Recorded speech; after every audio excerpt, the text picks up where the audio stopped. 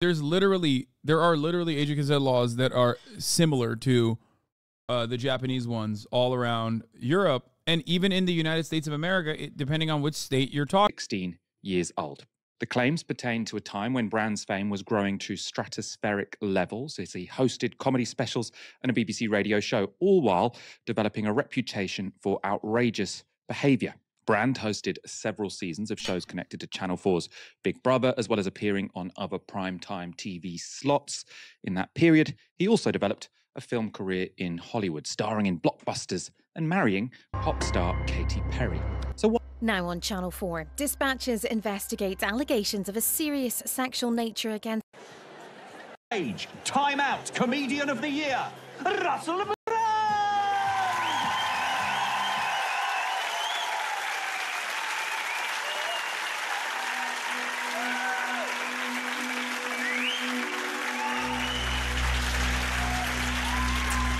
Yeah, it's my first time covering it. Yeah.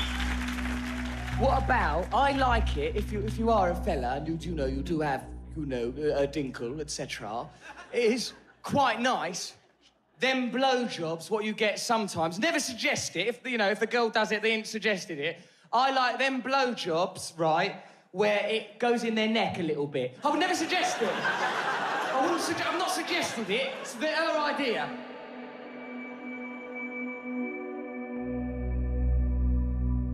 Them blowjobs where it goes, that noise. Nice. I wouldn't suggest it. Be wrong to suggest it.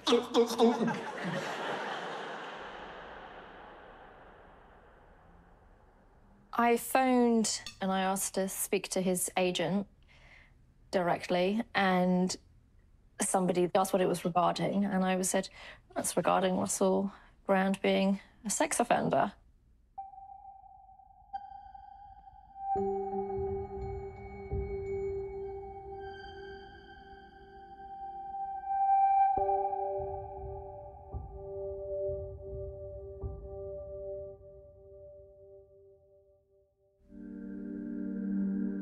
He's grabbing at my underwear, pulling it to the side. I'm telling him to get off me, and he won't get off. Like, holding me up against the wall, pushing himself in me. He grabbed me and got me on the bed. I was fully clothed and he was naked at this point, and he held me down and he was just aggressively trying to, fuck me. I was like, oh my God, he raped me. He forced his penis down my throat, and I couldn't breathe. It was just choking me. I was crying, and he said, oh, I only wanted to see your mascara run anyway. Them blowjobs where mascara runs a little bit. Good.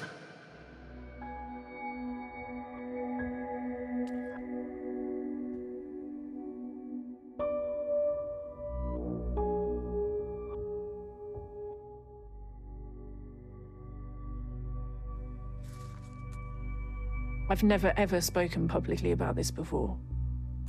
Russell seems untouchable.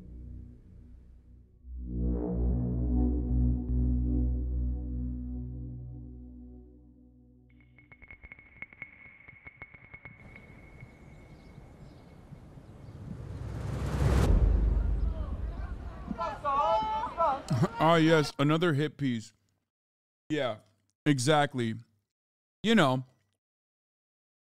Hollywood, full of fucking, pedophiles, except for suspiciously, full of morally degenerate perverts and pedophiles, except for suspiciously those who just hold on to, like, right-wing values. Whenever they do some fucked up shit, that must mean there is, they're being attacked for speaking the truth.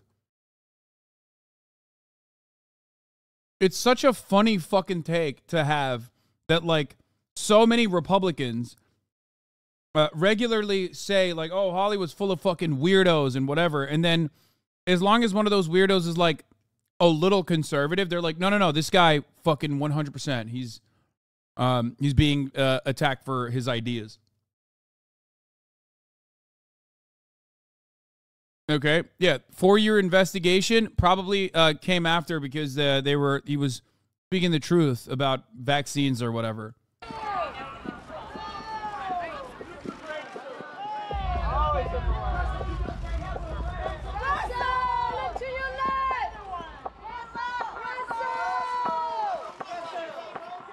It's 2012. Russell Brand, a British comedian from a small town in Essex, has conquered Hollywood. He's just starred alongside Tom Cruise in blockbuster Rock of Ages and is about to embark on a new venture as the host of his own late-night chat show, Brand X. Hello, thank you very much for clapping. Welcome to the show. It's called Brand X.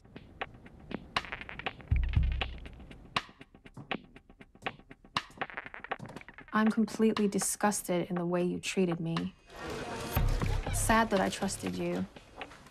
Very angry with you and myself for getting sucked into your narcissistic world. Do you know what you put me through? My body through? This letter is for me to work through my stuff, not for you. I just needed you to hear me.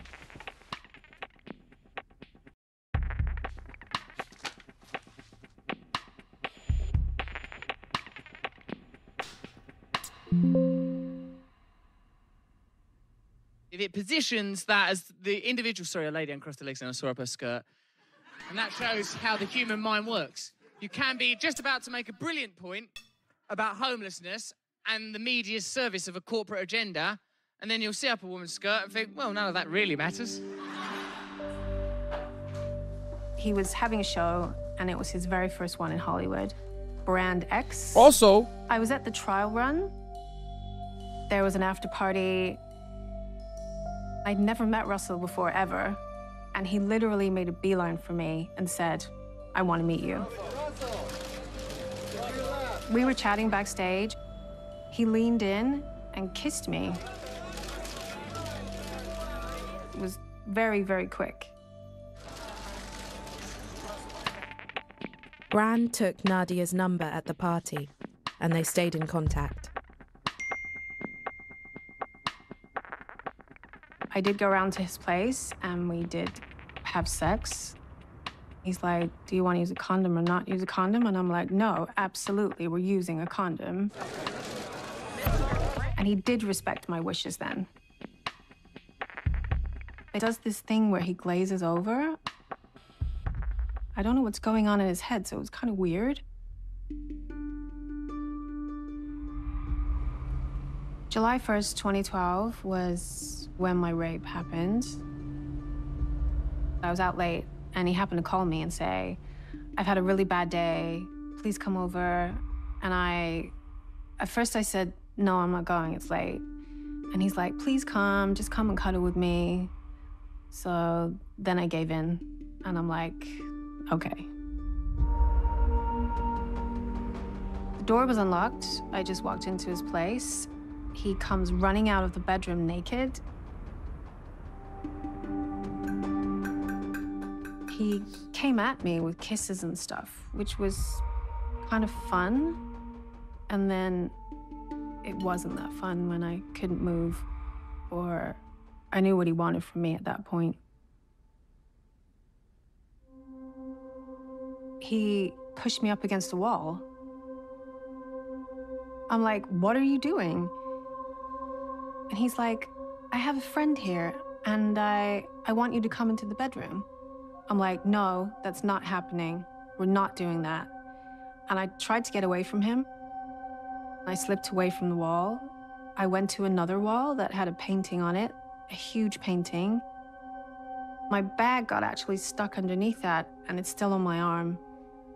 And at this point, he's grabbing at my underwear, pulling it to the side. I'm telling him to get off me, and he won't get off. And he has that glazed look in his eye again. I was very distraught, trying to get out of the house with him being so much taller than me, like holding me up against the wall, pushing himself in me. I couldn't move. And he finally comes and gets off of me, and I push him away. He blocks the door. He's like, "Are you okay?" I'm like, "No, I'm not okay. Get away from me." And he's like, "Well, let's calm down." I ran out. Brother and sisters in the chat, I changed the title to issue a trigger warning, okay? We are literally 9 minutes into a documentary that is talking about a 4-year investigation into sexual assault. We're 9 minutes in. Shut the fuck up about trigger warnings at this point, okay? Like, of course, there's going to be depictions of rape. It is a documentary about someone who did rape. We block and ban the dumbasses who go, they were asking for it quickly. The reason why I'm yelling about the people who are like, oh, why aren't you issuing a trigger warning, is because it would be silly to fucking ban you for saying that.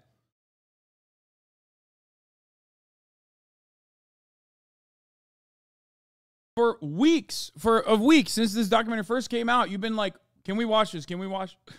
Can we watch this? Can we watch this? Can we watch this? Now I'm watching it and you guys are fucking complaining. Did you want me to watch it so you could fucking complain? Is that why?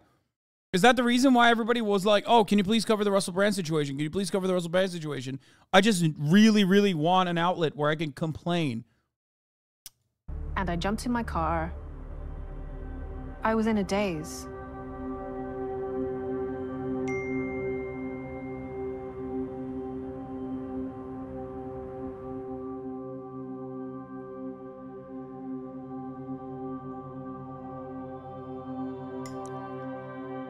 Nadia replied later that morning.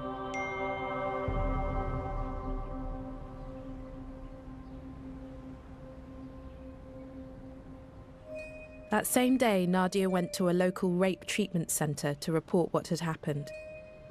She underwent tests, was given antibiotics and emergency contraception. They took my underwear and obviously the samples. Nadia gave staff this detailed account of the incident.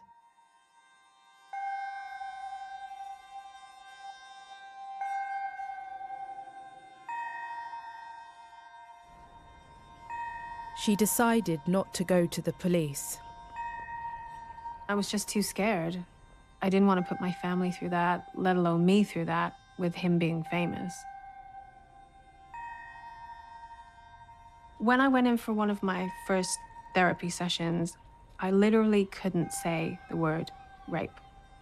I had to keep saying sexually assaulted, but by the end of it, I was like, oh my God, he raped me.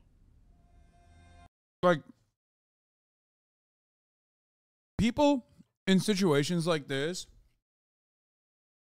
always look for a perfect victim.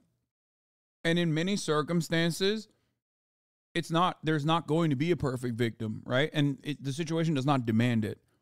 And yet when the perfect victim, and by that I mean like someone who has very clearly been violated and did the things that everyone claims you're supposed to do, in spite of the insurmountable amount of pressure, societal pressure, that stops you from doing that in that moment, okay? People still never look at a situation like this and go, well, okay, well, this is pretty undeniable, okay? And before people fucking freak out because we're talking about rape, and everyone has to be fucking insanely pedantic about what I'm mentioning, the concept perfect victim is not one that I invented, okay? Shut the fuck up and listen to the words that I'm saying. The expectation from people is that, oh, well, why didn't someone go to the fucking cops? Why didn't someone get a fucking rape kit? Okay? Why didn't they fight back? Like, these are already ridiculous expectations, as I very clearly defined. Okay? They're already ridiculous expectations and victim blaming. But the reality of the situation is that even if someone is doing that, when they don't need to do all of this to be believed, and when they finally come out and talk to someone, those very same people still turn around and say, nah, it's a lie.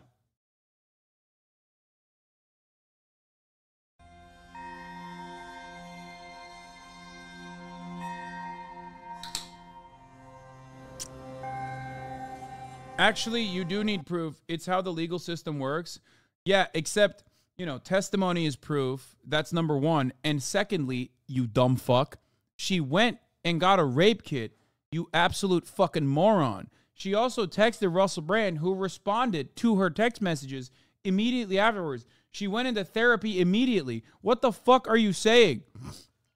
Still said allegedly, said you actually need proof, and then said, I know. So you're saying you know the details of the situation and you still don't believe her, literally proving my point about people who are like, oh, I'm looking for the perfect victim. And then when a perfect victim does appear, even though they don't have to be, you still don't believe them. You just proved the point I was making. That makes no fucking sense.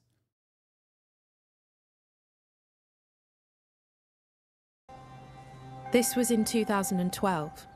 But other allegations against Russell Brand go back many years.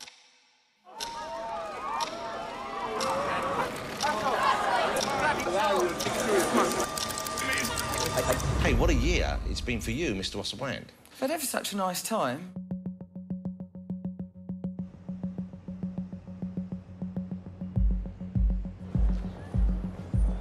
Just do a 3. 3. Please.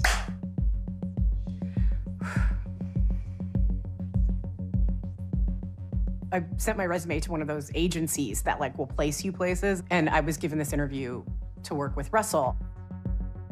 The only thing I knew about Russell is that I had watched the NME Awards a week or two before I got this interview. And at the NME Awards, Bob Geldof called him the C word. Russell Brand, what a...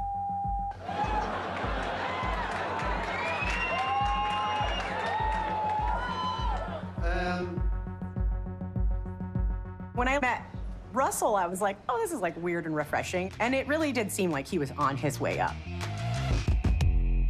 Camden at that time, you know, it was like Amy Winehouse stumbling out of like the Holly Arms.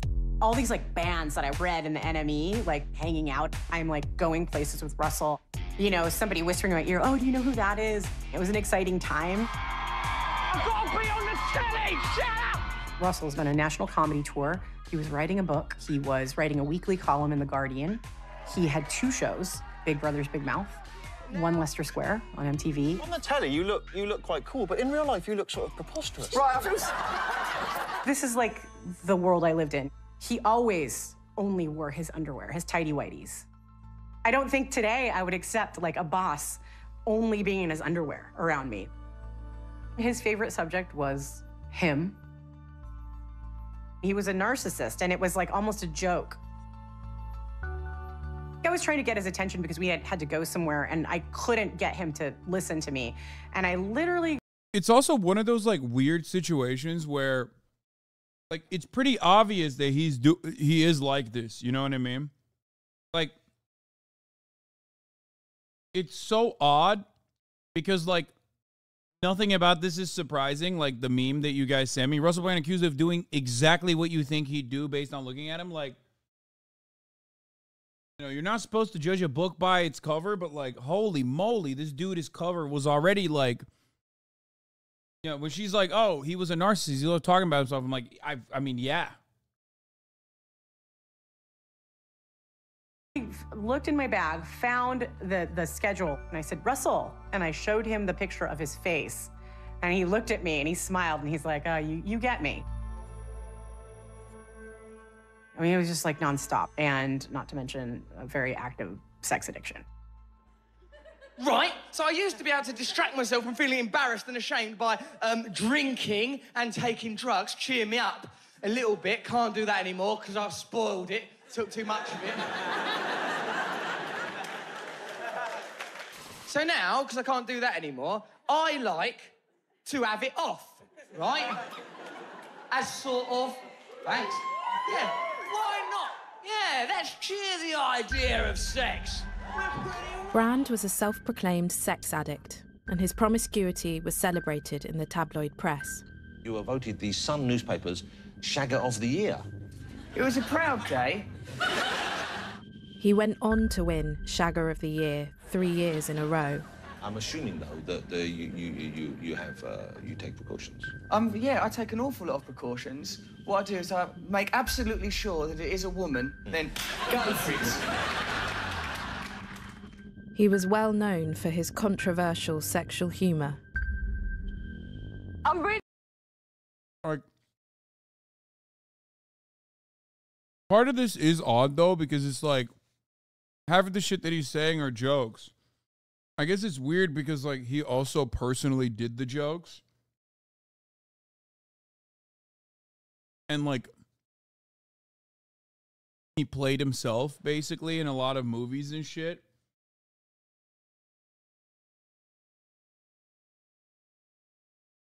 Like, I don't know. It's just, like, weird. Was humor different 15 years ago? Of course humor was different 15 years ago.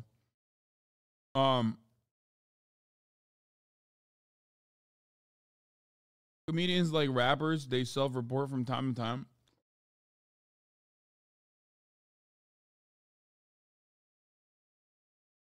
Really crap at this, aren't I? You're lovely, you're fine. Just go with it. Don't try and fight it. I have to say that.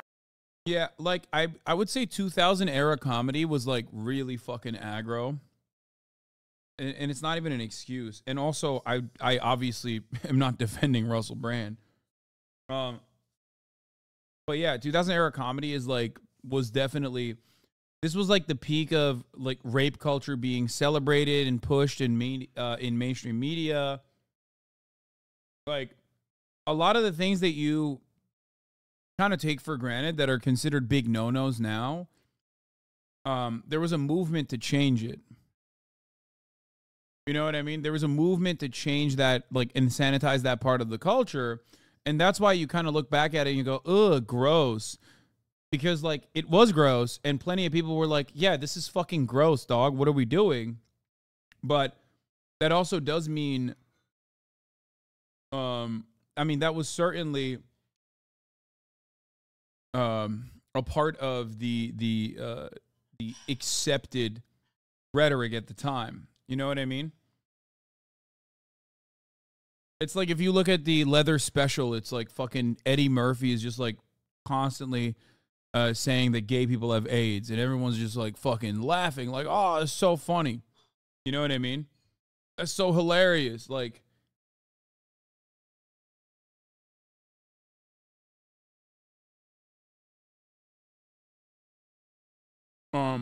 so it's this weird middle ground where like he was making jokes and they're using those jokes in this documentary, but like he also was doing the things that he was joking about. You know what I mean? That was the 90s with Raw and Delirious. Yeah, the Leather Special is Raw, isn't it? I think that's what it was. I think it was the 80s or 90s. Every day. There was no shortage of bookings. Are you in a bra designed by you now? No, but I'm wearing my knickers. Get him off.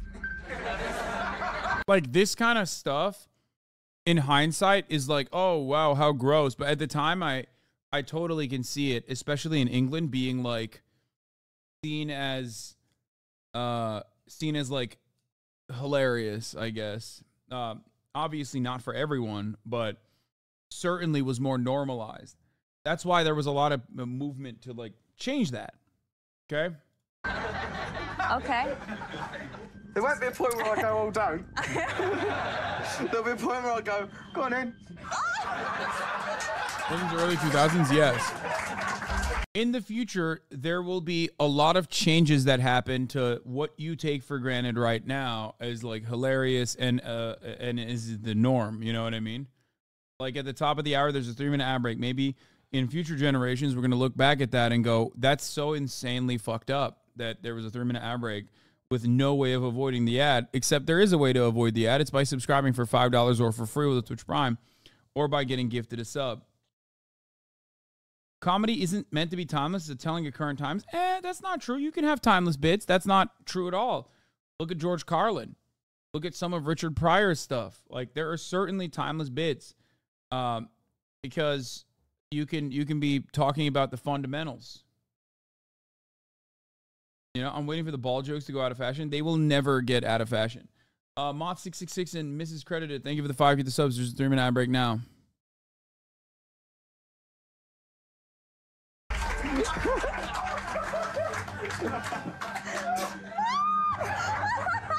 Come on. Everyone does it. Don't be afraid of your own sexuality. Do be a bit afraid of mine, though. He could not stop sleeping with women, and he was never satisfied by it. He was never happy. We were at his TV show, One Leicester Square. He was like walking this way, and he like said, "Can you get me their numbers?" They were members of the audience on his show.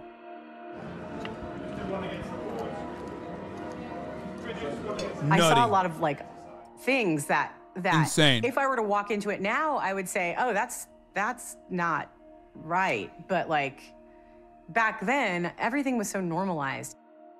At this time, Brand worked closely with a small trusted team, including his long-term writing partner, Matt Morgan. There was this one day in particular in Edinburgh Festival, and he was headlining, and we were sitting in a bar with his writing partner and some other people. A producer was not real nutty. He's doing rock star shit. Yeah, a lot of people don't really realize that every single old rock star that they listen to openly fucked like 14-year-olds in their fandoms and wrote songs about how nice their vaginas were. Like, I'm using very specific language here because that is literally what they did. Like, you might think I'm fucking wrong about this. Like, every single one of those motherfuckers did that shit. No, not just fucking Ted Nugent. Okay? Literally, this is what they used to fucking do this shit. I really thought people were joking back then. Like, it was so over the top. It's funny rather than gross. When Jon Stewart left The Daily Show, they did a 24/7 stream of every episode from the start, watching 1999 comedy. In 2015 was insane. The punchline of every joke was, haha, gay. I love that 2023 comedy has not evolved. And now every joke is still haha, gay. Sometimes unironically and sometimes ironically. It's a timeless classic when you think about it. To say something is gay is a timeless classic. It always comes back around to it, you know? Was with us. He's like, show us some of those pictures. Russell pulled out his phone and he started showing pictures of women, and they all were just sort of like giggling at the photos, and like, these are women who are sending him pictures of their boobs, of, you know, naked. And at a certain point, I was like, okay, let me see what we're looking. What are you saying? Why are you saying rape? They did, but they were underage. Is rape? They cannot consent. Yeah, thank you for explaining to us how the age of consent laws work and why they're in play. What's happening right now? Like, I know that. What do you mean? You said sex, not rape, just clarifying it matters? Okay. Thanks, man. Yeah, and I leaned in. As he's going through these pictures, he gets to a picture of somebody I knew. It did something. Like, the hidden implication there is that, like, I'm underplaying statutory rape. You know what I mean? Like, how can you be a long-term fucking community member and be like, I'm coming at this in the most cynical way possible and arriving at the conversation with the assumption that you're underplaying sexual assault on a minor by downplaying it with the mention of the word sex. Anyway, let's continue. It made me feel really sick to my stomach. These are women who aren't expecting to be shown to, like, the dude's friends, you know? I felt terrible for all these people, these women. I felt shame. Okay, he said, I know you know. I just wanted to make sure it's clear because you said you were being specific with your language. I know you're good on in that moment. Oh. Do you ever worry that there was a lack of consent from any of the women that he might have been sleeping with? I never worried. I saw a lot of women knowing who he was, Shagger of the Year, who willingly were walking into his bedroom. I never once thought that he was somebody that would rape anybody, assault anybody. No, I didn't think so. As far as I knew, I mean, what can I possibly know that when I wasn't there, but what I saw.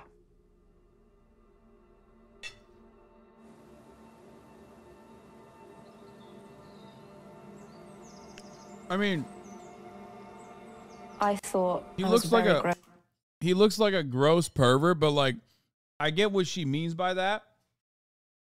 I get what she means by that because it's like, it's so out in public. You know what I mean? Like, what's her angle? Her angle is like covering her own ass most likely, but also probably being very like straightforward about it, where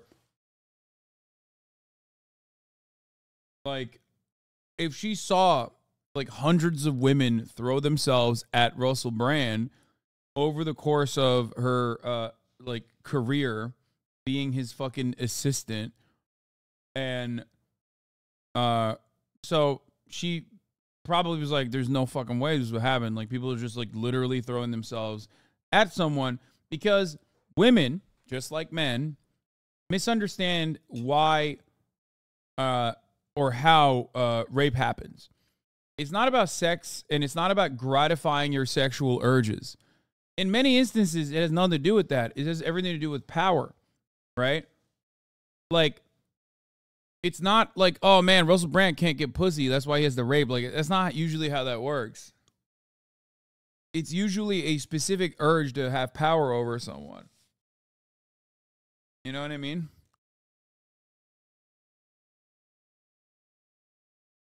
That's how it works. Grown up, thought I was very mature, but like I knew everything about the world.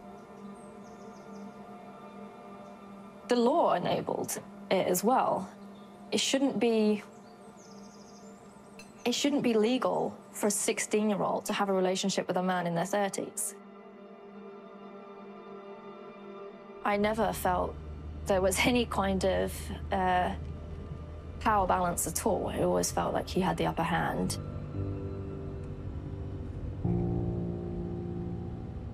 In bed, I just followed his lead. That part is fucking nuts. Like, he was grooming a 16-year-old fan when he was like 32 or some shit. Like, I mean, every part of this is fucking nuts, but that one is like especially nuts. You know what I mean? 16 is insane. Like, what the fuck? Now, unfortunately, for the world in general, in the UK, that shit's legal, which I don't know why. I don't fully understand it. Like, if you have Romeo and Juliet laws, like, in certain circumstances, it makes sense. It's just, like, so that you don't get, like, unjustly prosecuted.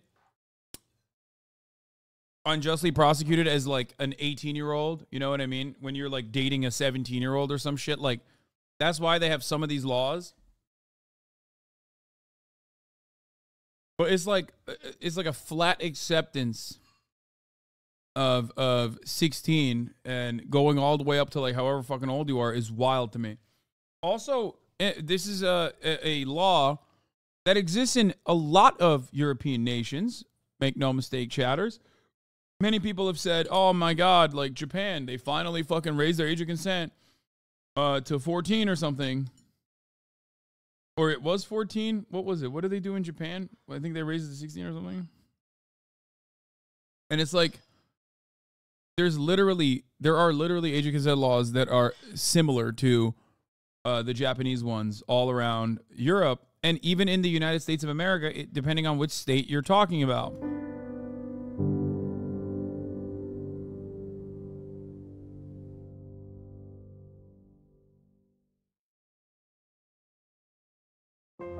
What you're seeing today is a successful eye surgery. The fuck?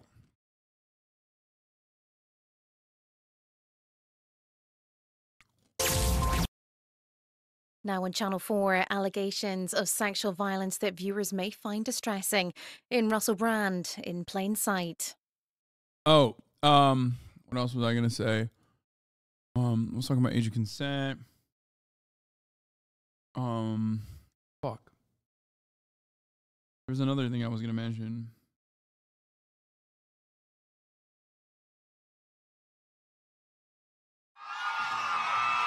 Exciting what's going on. Ashleen has gone next door. By April 2006, Russell Brand was in great demand. Away from the limelight, at the age of 30, he was starting a relationship with 16-year-old Alice. I had a friend that worked in the Leicester Square building that housed MTV. I was coming out of that studio and Russell was coming in. He saw me and he'd asked what my business was there. I'd just been to Topshop. He took the shopping bags from my hands and picked a dress out and he said, "Okay, you're going to wear that on a date with me." I remember wearing, you know, a red wiggle dress and big platform shoes and had my hair blown out and was wearing makeup, but I didn't look like a woman by any means. I was... Yeah. That's Riz, but not to a 16-year-old. Brother, you can't, under any circumstance, Riz up a 16-year-old unless you yourself are also underage, okay? What the fuck are we talking about?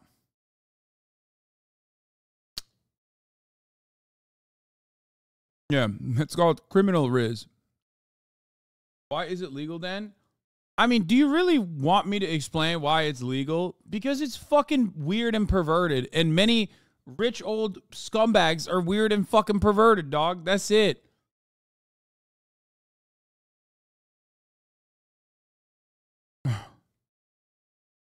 What do you mean? Why is it legal then? It's so dumb to have this question.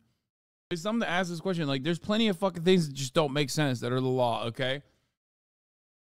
Why is it technically all right to hire children to work at the fucking factory as long as you just pay a fine, you know? A minuscule fine, mind you. A child that had got dressed up for dinner.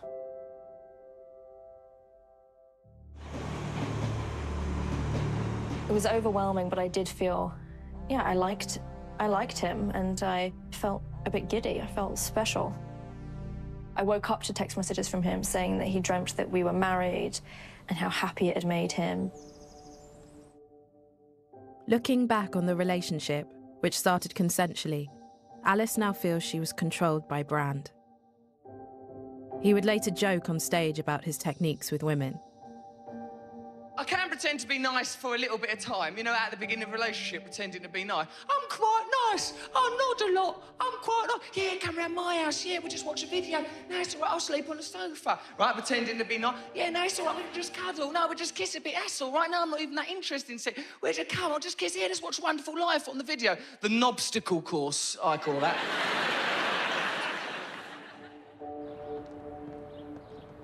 I met up with him. We walked through the door, and then again, things got very intense very, very quickly. He was like, "So how many people have you had sex with?" And I said, "No one. Like, I've never had sex with anyone." And he got an erection straight away. And he was like, "Oh my God," he's like, my baby," and picked me up and cradled me in his arms like a child and was stroking my hair. And he's like, "You're like my little dolly." Oh, fuck, yo. Dude, what the fuck? Russell engaged in the behaviors of a groomer. Looking back on it, I didn't even know what that was then or what that looked like. He would try to drive a wedge between me and my parents, taught me to lie to them. He's like, "Here's how you avoid nap time. Here's how you if you make a pee-pee in a diaper, this is how you're supposed to get out of it, yeah? blame someone else. Fucking weirdo, dude. Jesus Christ. Holy shit. I was at my dad's house and it was 11 o'clock at night. Russell was texting me. He's like, please come over. I need to see you. I'm really upset. Like, I need to see you. And I said, I can't. It's late. He came up with a scenario where my friend was ill and he made me do these role play conversations with him. He was like, okay, I'm going to be your dad and you be you. And he would correct me as we went along. He's like, no, you can't say that. Your dad's going to say this. He had a whole script for me. Alice recalls how Brand made her feel after she'd had sex with him for the first time. When everything was over. Bro, he's like 30-something at this point.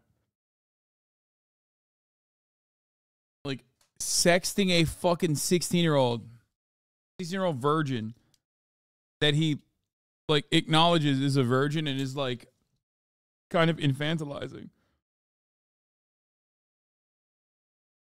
One of his friends came round to the house.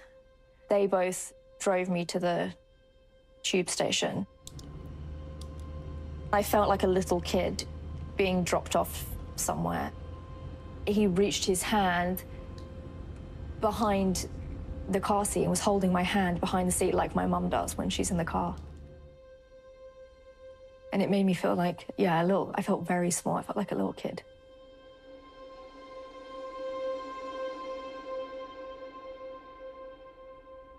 Can I put this? Yeah, of course you can. Yeah. Sorry. Don't know why that's the bit that...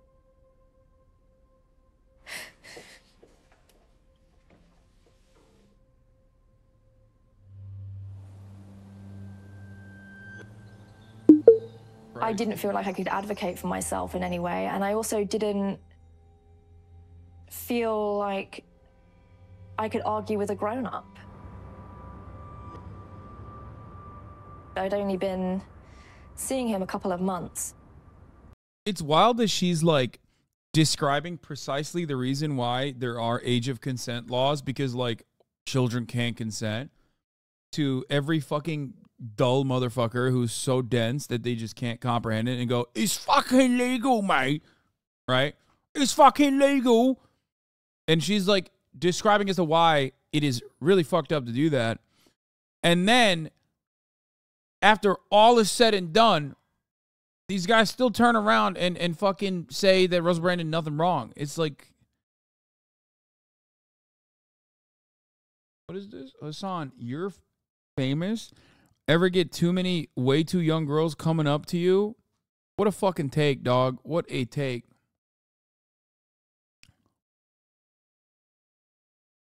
I remember he ran a bath for me and he made me sit in the bath. Then he said he had to leave, but I should stay in the bath for the entirety of him being gone. It was long enough for me to get cold. I got out of the bath and put a towel on. It was like, okay, when I hear the door go or the phone go, I'll just jump back in. He was very pleased and elated when he came home and I was still in the bath. Then picked me up and dried me off and then wrapped me up in a robe and like put me on the sofa.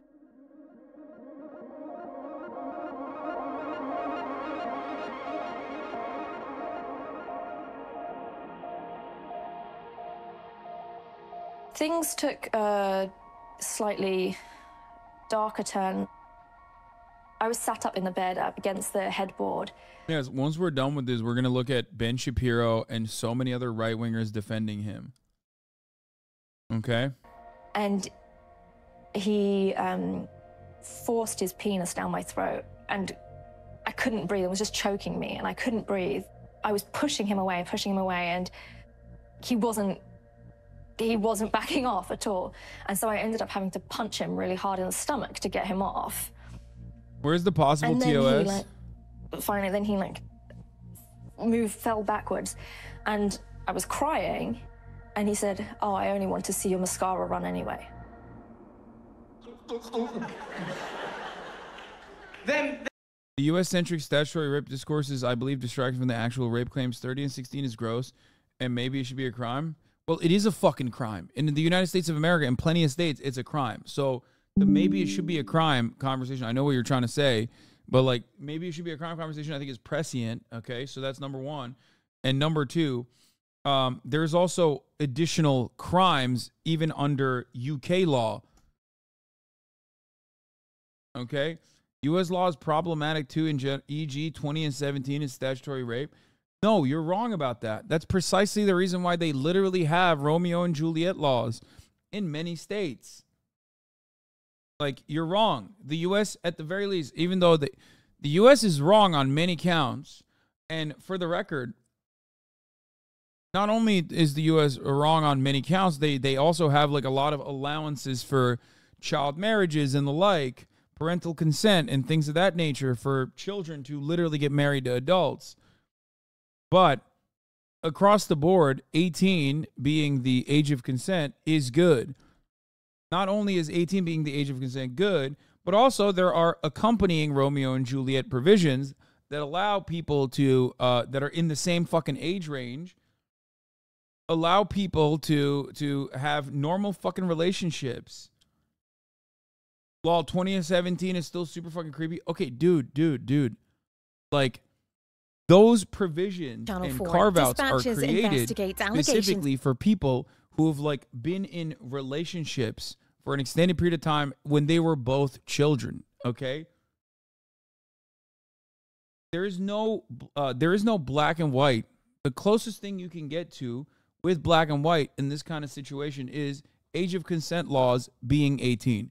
That's it. Okay.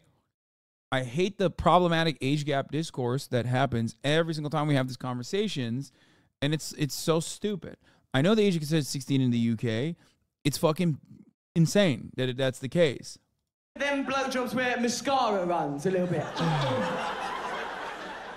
Good. Where too much saliva is cut. A lot of spit. But I wouldn't suggest it. That would be horrible. If I suggested it, now that's improper. Weren't those provisions made for people that went to high school together, or at least that age? Yes, exactly. And then I knew at that point that, like, he didn't care about hurting me physically or emotionally or any of it. He just was, it took me, I was like, I know that it shouldn't take you having to punch someone and to win them. To get them off you, it shouldn't be a physical fight.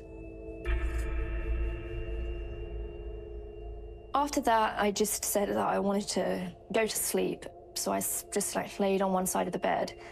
And then that was when he got on top of me and held like my mouth open and was just like drooling into my mouth. And I was gagging and like, I was like trying to fight him off me, but he's laying on top of me. So I can't, like my limbs are trapped underneath him. It is my humble view that there ain't a single sexual act, from the humble wank right up to the sexual apotheoses that is bumming, that ain't enhanced by spitting. There's literally no joke there. That is just a sex tip. Dude, one of the other things that I'm finding out about England is that, like, what they considered comedy, like, I know that the attitudes, the vibes were, like, definitely different back then. Cultural norms definitely different, right? But, like, that's just, that doesn't even, it's not even like, oh, it didn't meet the standard of time, okay? Like, that's just objectively not comedy. You know what I mean? I don't even get what the people are supposed to be laughing at. There's no, like, exaggeration even. It's kind of wild how just unfunny he is. It's weird.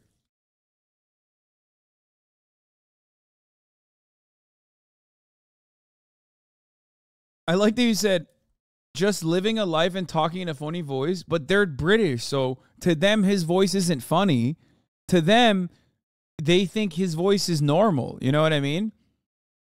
Like, they all fucking talk like this too, mate, you know? Fucking hell. That Russell Brand, yeah, he's quite the fucking funny man. You know, that's how they sound.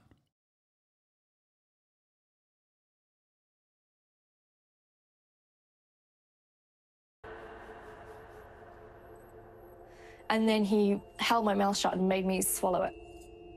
And so I was just like gagging and crying. 2750 is apparently an audio TOS. I remember just at that point feeling like everything was very dark.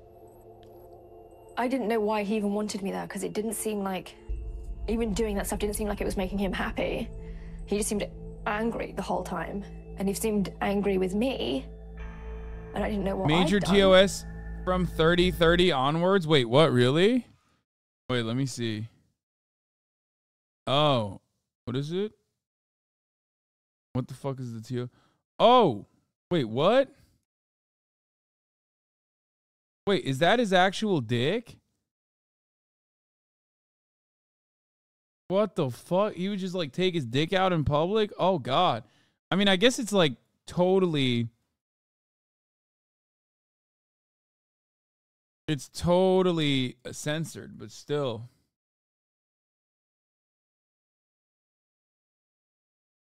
And he seemed angry with me.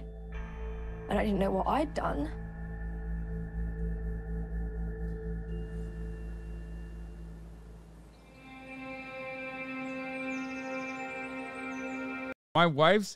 My friend has a 17-year-old daughter who's been dating an 18-year-old guy for 3 months. The guy's parents won't let them see each other for the fear that their son is committing a crime. What do you think about these types of situations?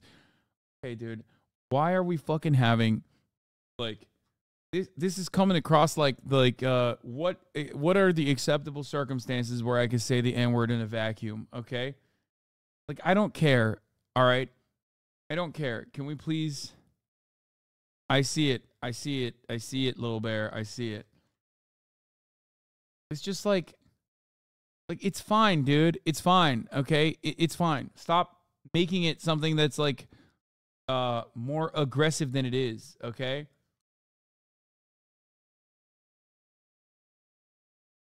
The investigations of this started before 2020, by the way. Why would the media only bring this to the public's attention now?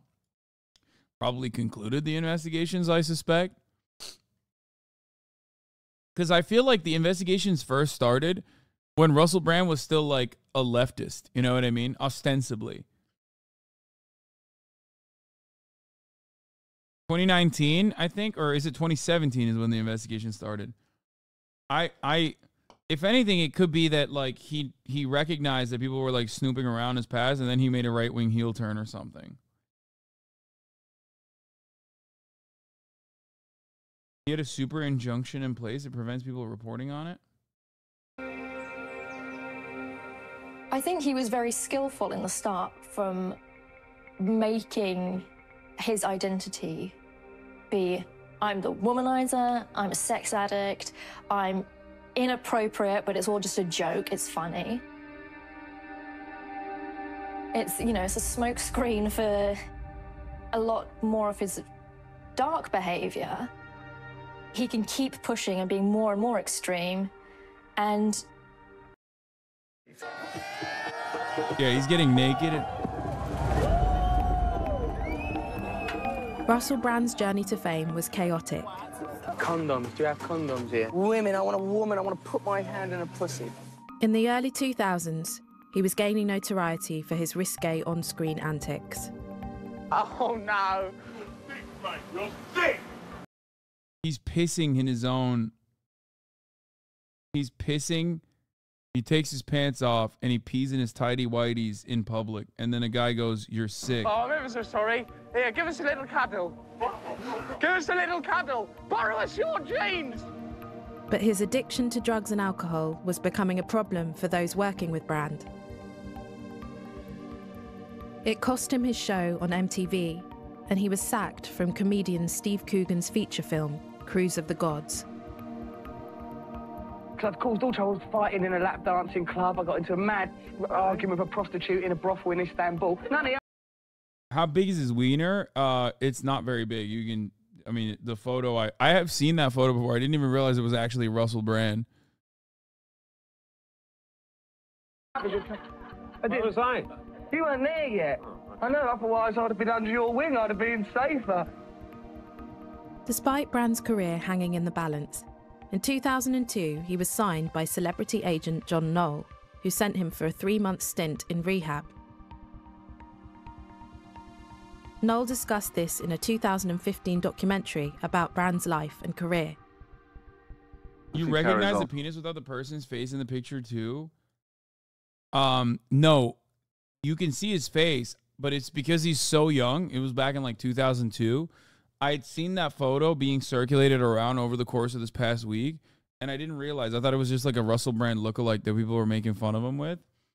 And I just saw it in the documentary, and that's when I put two and two together. On the way he's going, he'll be dead in 6 months. So we pulled his work and put him on the train, and that was the start of Russell in rehab.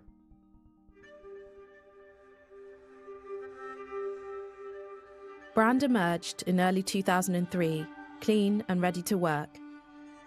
And Noel started putting him up for jobs. I'm Russell! Paving the way for his entry into mainstream television. Hello, this is the return of Big Brother! Yeah, he's back. Mean. We've got new rules. We've got a new house, 12 new housemates who are going to be taking up residence. Big Brother was a television phenomenon. Millions tuned in every night.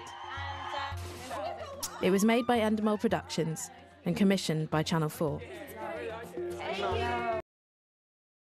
Is he a Nepo baby or something? Why so much dedication to such a talentless person? British. We literally steal all of their top talent. So the ones that remain on the island, they're just like kind of stuck with. You know what I mean? He was just like spicy British because he was like weird and flamboyant. And he wasn't like big enough to go to America. So they just like kind of, held on to him for as long as they could. Are you playing Cyberpunk 2.0 this weekend? Not only am I playing Cyberpunk 2.0, your boy might get a fucking, and this is not like a paid sponsorship or anything, but your boy's probably going to get a fucking drop, as a matter of fact. But yes, I will be playing 100%. When the show was in its 5th series, Channel 4 and Endemol launched Big Brother's E-Forum, a live show about the daily activity in the Big Brother house. Brand was hired as its host. Wow, cheers. Welcome to Big Brother's E-Forum. I'm Russell Brand, and at the Big Brother was DLC. a huge moneymaker for Endemol and the broadcaster, with Series 5 generating £45 million in advertising revenue alone. Brand was now the spin-off show's star. But within a few weeks of starting on set, he focused his attention on a junior member of the team.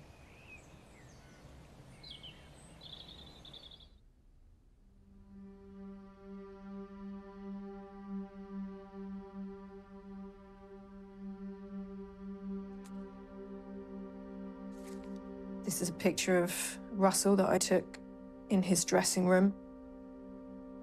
The cue cards that I've kept, Big Brother's E-Forum. This is a photo of the set. That would be us sitting in for rehearsal. I am a piece of wood, I will remind you of Russell. That's the kind of thing that he used to pass to me when we were rehearsing. I feel like there's some pretty basic stuff that you could just like do. Like, don't shit where you eat. Don't fuck people that are like working under you. Don't fuck your fans. Like super basic stuff. You know what I mean? I don't know. I just, not that hard. It was only one of my first jobs. I was a runner. There was a real sense for me of being the baby. Don't tug the mask of that old Lone Ranger and you don't mess around with Slim. Yeah.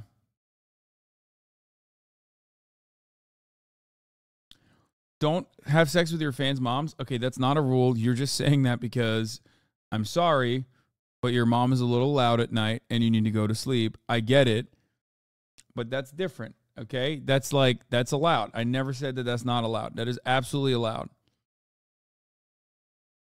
That's not a rule. And wanting to make an impression on everybody. If it was a show day, either myself or the other. Did you mention your new collection already? Just got the email blast. It looks so sick. I'm currently wearing it, and yes, tomorrow. Runner was assigned to Russell, getting him into makeup, getting him on set for the show. He had a way of... It's really hard to describe. He had a way of making me feel like I was special.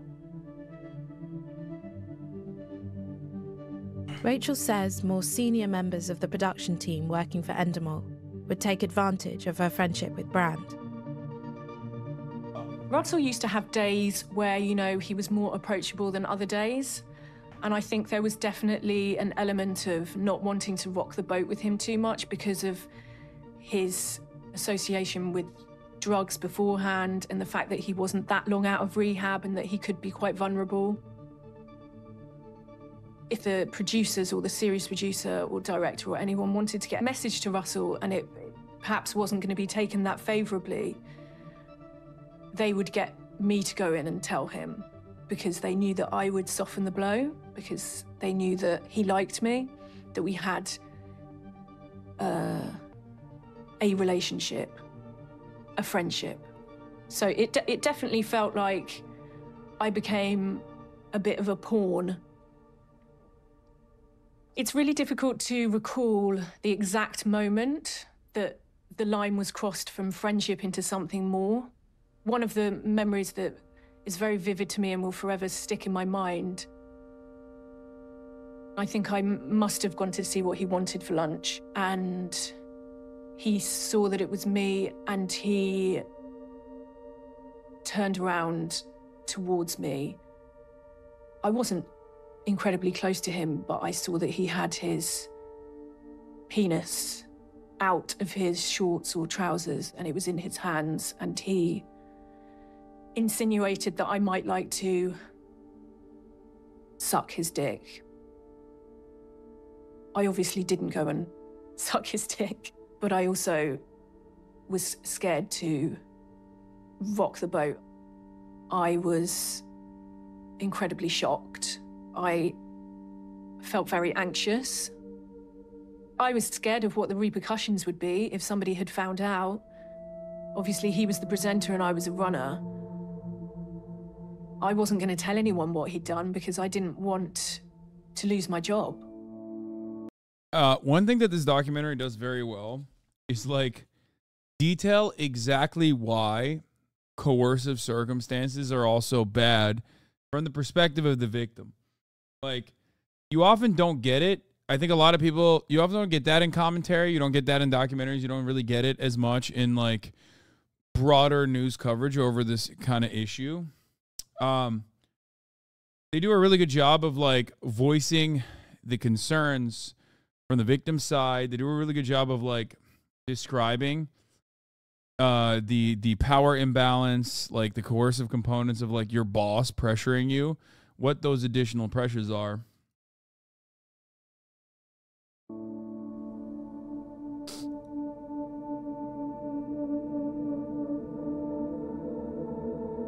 As time went on and his flirtations grew stronger with me, I was flattered.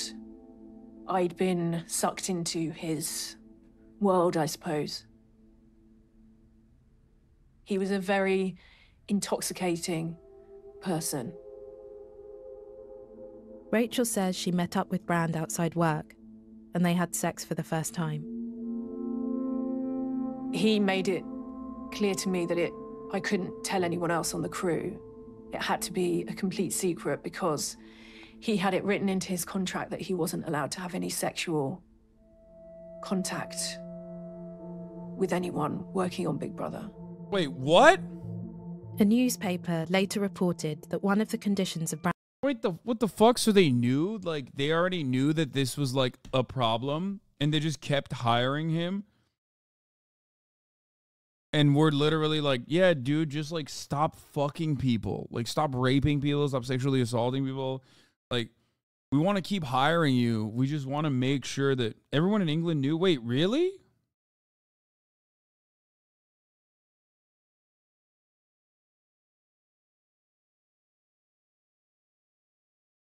I feel like, is that one of those things where people just say that, like, after the fact? Or is that one of those, like, is that one of those things where it's kind of like Seinfeld, right? Like, Jerry Seinfeld openly dated, like, a 17-year-old. Or was it 16? Like, it was in the publications, you know what I mean? But I guess that was, like, I mean, it was still gross for the time. It was Shoshana Launstein, who was allegedly 17 when she met the comedian. Not only was Launstein supposedly underage when they met in 1993, the two had a large age difference of 21 years. Seinfeld was 38 years old then. It was assumed they knew there was an implication of it being very possible that he did those things. No one outside of the industry knew. People, i.e. the public, were aware that he was a sex addict. It is debatable. It was an open secret that he was a rapist within the industry. No, it's literally the point of the Russell Brand case that his rapiness was open secret. Brand's hire on Big Brother was that he wouldn't sleep with anyone on the programme. Brand himself wrote in his autobiography that before he was offered the Big Brother job, his agent, John Knoll, had to sign a contract guaranteeing he would be no trouble.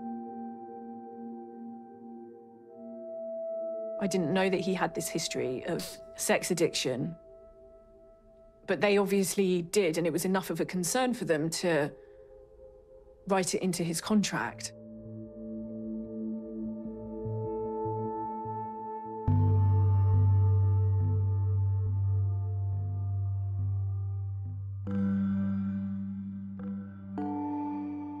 It sounds slightly dramatic, but with hindsight and now as an older woman, I can say with clarity that, you know, I felt like I was groomed for sex. There is a responsibility of production companies.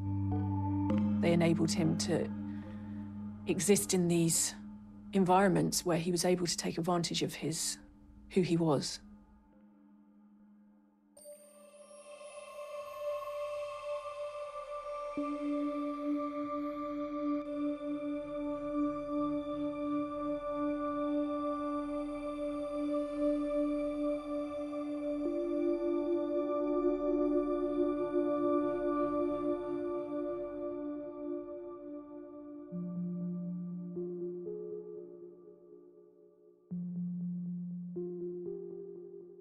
Big Brother was like a world in itself. And getting into that world felt like an incredible achievement, and I felt very lucky. Right, the housemates have only been locked up for 4 days, and yet already are starting to think of fizzy pop as some sort of precious, magical elixir. My role was to recruit audience members we used to go out flyering out by the universities, find university students who would come down and be on the show. Anarchy in the Big Brother house. First of all, right, they cut short their medieval tasks. That's not proper, all right, is it? Russell was pointing at women that he found attractive in the audience and then getting the runners to get their details so that they could meet up after the show.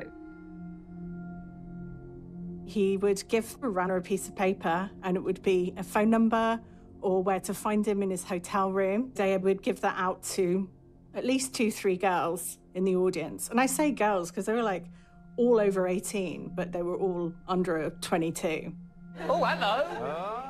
I distinctly remember getting phone calls from women in tears the next day saying that they'd met up with Russell. They were mainly upset because they just felt used. You know, he promised he'd call me, he said he'd speak to me again, and I've not heard from him. That said, you know, I don't know what went on once they left the studio. It felt like we were essentially taking lambs into slaughter. We are basically acting like pimps to Russell Brand's needs. And it was really horrible to listen to those women being so distressed and upset. We had the same situation in France. One of the most famous TV anchor. He's accused of raping so many women. The most popular French YouTuber, before his account was also demonetized by YouTube, was outed as a statutory rapist as well. I forget what his fucking name is, but he literally was like, he apparently, yeah, he apparently like even he apparently even raped a underage. Yeah. One of France's most popular YouTube celebrities has been detained by questioning by the police. It's Norman Thavod. And he literally was like, he would, like, women accuse them, like girls accused him. Okay. There was also a Canadian, like French Canadian girl who accused him of assault. And like what he would do is basically like fucking bring them over to his house, like bring young girls over to his house who would say that, who would not tell their parents what they were doing because they're like underage. And they would go to his house and then he would like fuck them and then tell them to leave. And then they're like in fucking Paris or whatever. Yeah. And for the record, the authorities didn't do anything. And then he turned around and got demonetized by YouTube. That's it. And of course, when that shit came out, he immediately apparently started doing right-wing commentary. Always the same. Just didn't feel right.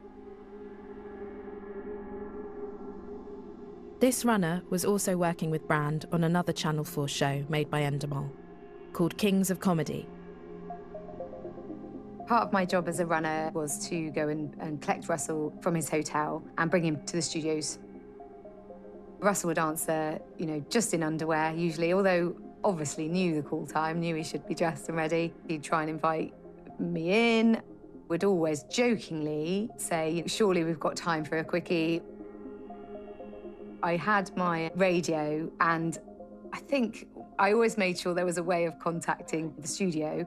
So I did think, oh gosh, hang on, I don't really want to be on my own here. It doesn't seem like a great situation to have been put in. I think that our production manager had talked about being alone, and I think that was one of the reasons I had walkie-talkie.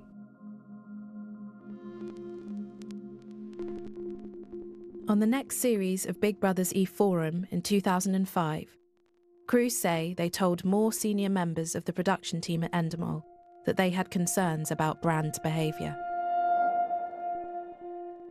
I kind of felt something wasn't right. I didn't like it. I discussed it with one of the other research team, and we sat across from, there was like a talent booking manager. She was pretty old school, had like a Rolodex of contacts, and she was just like, girls, it's what happens with the talent. Boys will be boys. Another crew member says she raised a separate complaint alongside a colleague. We reported what had happened and what we'd seen them and said that these calls had come in.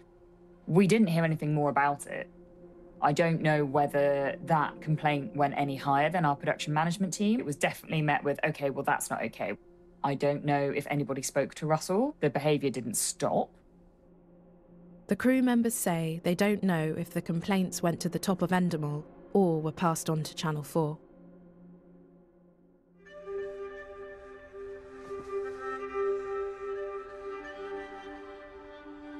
Big Brother is cursed. I mean, yeah. It's not the first time.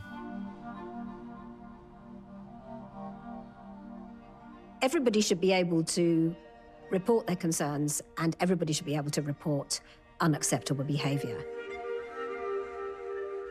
One of the shocking things is that this was going beyond the production team. It was going out into members of the public who came into contact with him through his broadcasting. Both the broadcaster and the production company are jointly responsible for duty of care and for standards to be upheld during the production.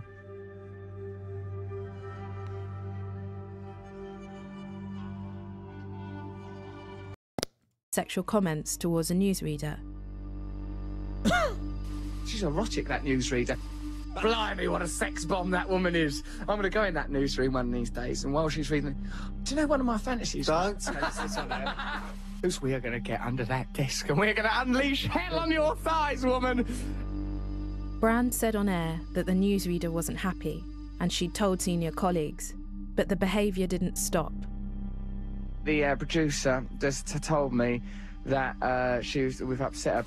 They pointed out in the production side of our programme show, they go, she ain't got the right to reply, because we say all these things about her, like, oh yeah, it's she's doing the news, imagine her just in her knickers.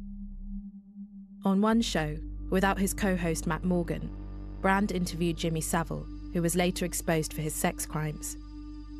During the interview, Brand offered up his assistant, naked. It'd be very nice to meet you one day, Mr. Jimmy Savile, just, you know. If you've got a sister, you could meet me by bringing her along. I mean, I haven't got any sisters, but... I don't usually meet fellas, but if you've got a sister, that's okay. I've got a assistant called... Part of her job description is that anyone I demand she greets, meets, massages, she has to do it. She's very attractive, Jimmy. Well, that's a good start. What kind of... start? The guy... I'm so glad I just went on a random fucking tangent about Jimmy Savile right before this. Holy shit. Did not pre-watch his documentary. Holy moly. But now you understand why this conversation, especially because Americans don't know who the fuck this guy is, now you understand why this conversation is so, like, especially odd. Because Jimmy Savile was yet another person, just like Russell Brand, who was profoundly famous, okay, and is still to this day, as far as I understand, the most prolific rapist of all time, okay, but also looks gross as fuck, number one, and openly joked about, like, the gross shit that he was doing on a regular fucking basis. You could send her along to do some research. Would you like her to wear anything in particular, Sir Jimmy? I'd actually prefer her to wear nothing. Right, so you want my assistant to meet you naked? Okay, well that's not going to be a problem. Oh yeah, Jimmy Savile wasn't just famous; he was famous for hosting kids television shows, where he would it was like the original. His show was like basically the original fucking like Make-A-Wish show. That was the format. The Jimmy Savile interview just beggars belief. Again, he is demeaning one of his female colleagues. He's basically saying, you know... Oh, also, sorry, I just want to point this out real quick. He looked like this. Trigger warning, most prolific pedophile. I'm not even kidding. Like, how do you... England needs to just answer for the crimes of just letting this dude roam around. Like, and before you think like, oh, Hasan, that's just like one image. That's got to be bad lighting. Nope. Like, he just looked like that, and he ran around like that, and people in the UK loved him. Like, they were like, oh, man, what a funny bloke.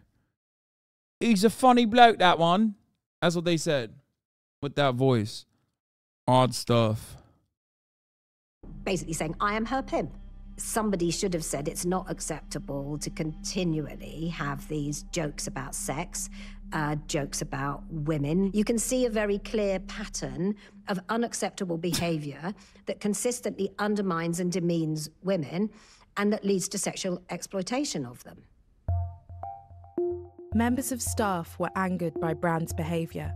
On one occasion, Brand exposed his genitals whilst urinating into a bottle. A witness claimed this was in front of colleagues and guests. One appeared to be a minor. This witness gave us an account. They described the incident as shocking and entirely inappropriate. It's over there, under your bottle of urine. Hey! That bottle of urine was a gift from the Queen! Right! This is BBC Radio 2, online on... Staff say a complaint was made to Station Controller Leslie Douglas, but no formal action was taken. A press officer acknowledged that Brand had urinated in the studio and was quoted as saying, "Someone has shown him where the toilet is." Just a few months later, production of the show was awarded to Brand's own company, Vanity Projects. The broadcasting regulator Ofcom Yeah, this guy was a later pedophile. said Shocking. There was a lack of clarity about who at the BBC had. Are you joking, man? Are we joking? Are we Hoboken joking right now?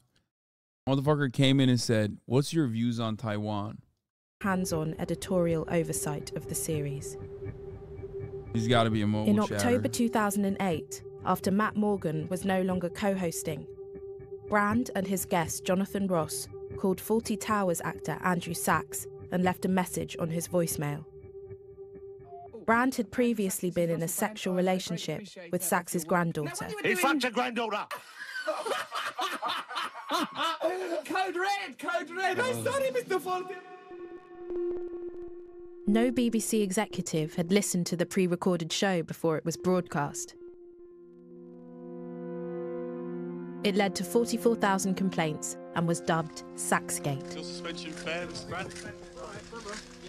Well, I think it would be silly of me to speak without thinking, because that's caused all of this trouble, so perhaps I shouldn't. I'm just sorry that I've upset Mr. Sachs. Russell Brand resigned. Radio 2's controller, Leslie Douglas, and another executive also resigned. A later report by Ofcom and an internal investigation at the BBC had no reference to any previous complaints about Brand.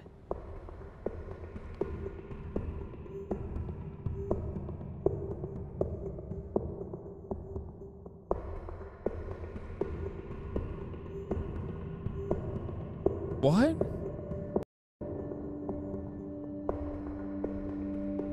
Russell Brand needed to be tackled directly. He needed to have a very experienced executive producer who would take him on and stop things in their tracks. He was allowed to say the unsayable, he was allowed to do the unthinkable, and consistently got away with it.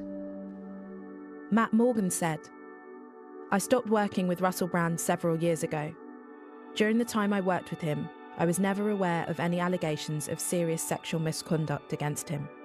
I absolutely condemn all forms of mistreatment of women. Looking back on the time I spent working on radio at the BBC, I am regretful to learn that a show I was part of made colleagues uncomfortable at times." A representative for Leslie Douglas said, "Ms. Douglas did not at any time encourage, enable and/or fail herself to take any adequate steps within her power with regard to the conduct of Mr. Brand of which she was aware. She is presently unable to provide any further information which may be relevant to the matters raised in the programme due to the obligations owed by her to her former employer." The BBC did not respond to questions about complaints being ignored by senior employees. They said, "Russell Brand left the BBC after a serious editorial breach, as did the controller of Radio 2 at the time. The BBC reviewed what had happened. We hope that demonstrates that the BBC takes issues seriously and is prepared to act." Over successive years, the BBC has evolved its approach to how it manages talent and how it deals with complaints or issues raised. "We have clear expectations around conduct at work. These are set out in employment contracts, the BBC values, the Code of Conduct, and the anti-bullying and harassment policy. We appreciate there are 2 outstanding Freedom of Information requests. We apologise for this."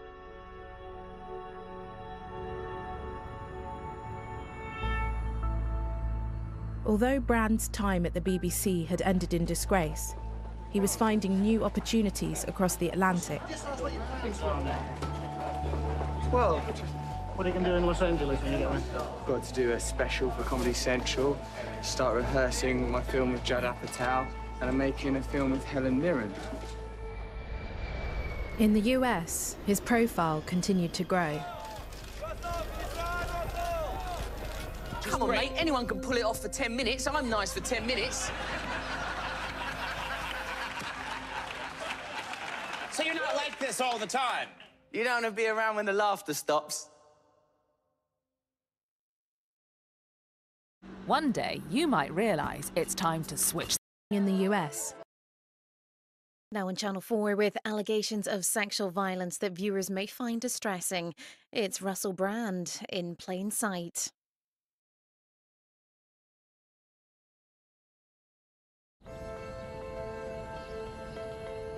By 2010, Russell Brand had transformed into a Hollywood A-lister. He was now living in the US and starring in one blockbuster after another. After a whirlwind marriage to pop icon Katy Perry, Brand's fame had reached new heights. The outrageous British comedian whose wild antics have taken him all the way to the studios of Hollywood. Things was getting a bit fruity out there. All right, Liz, goodbye. Yeah, thank you. Well, it's been really a wonderful sleep. See you later, Liz. Russell? All right, take care. Russell, how can I do your bra just like this? It was at this time that Nadia alleges she was raped by Brand. And just months later, another woman says she was left traumatized after an experience with him.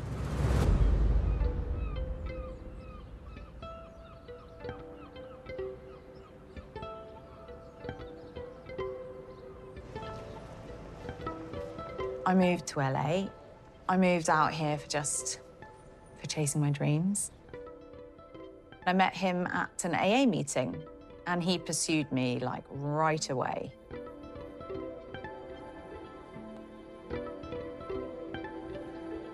After an AA meeting? Oh.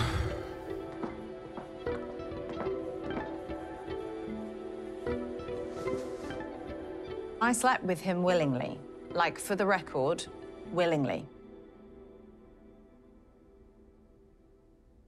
He sold me a dream, very manipulative, very like, you know, you're the greatest thing. Like, wanna, you know, have my babies. Ridiculous shit. But nothing further. Sometime after their first sexual encounter, Phoebe says Brand called her and asked her to work with him. I, of course, am like just so, you know, big break, eager, like, yes, of course. So I took the job and it went really well. He had me on for a long period. We did a lot of stuff together. He'd have a comedy show and, like, would invite a bunch of us and, like, my friends would come. It became what felt like a friendship.